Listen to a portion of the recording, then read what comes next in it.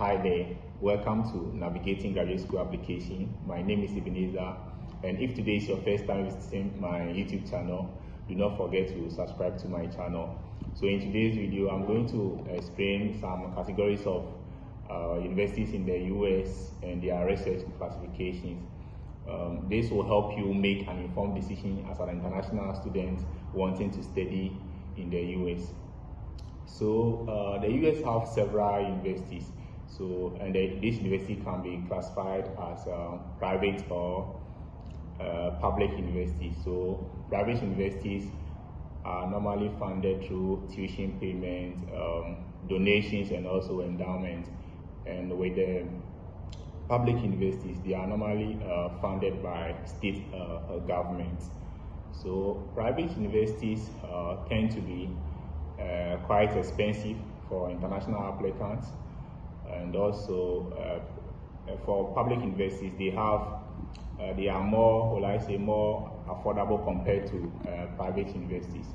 So public universities also have high acceptance rates compared to private universities. So these universities, whether private or public, they can be classified as R1 or R2 universities. So R1 universities have a very high research activity. So their research output is very high. And then for R2 universities, their research output is, high. So an example of R1 university, we have examples of R1 universities. We have MIT, Indiana University, Bloomington. You can talk about Yale and Harvard University. An example of R2, I would say, let's say Boston State University. So these are R2 universities. Why is R1 and R2 classification important for international students? So R1 is important because, you know, as an international student, funding is key when you are applying to study in the US. So if you want to get or increase your chance of getting funding when you are if you are admitted,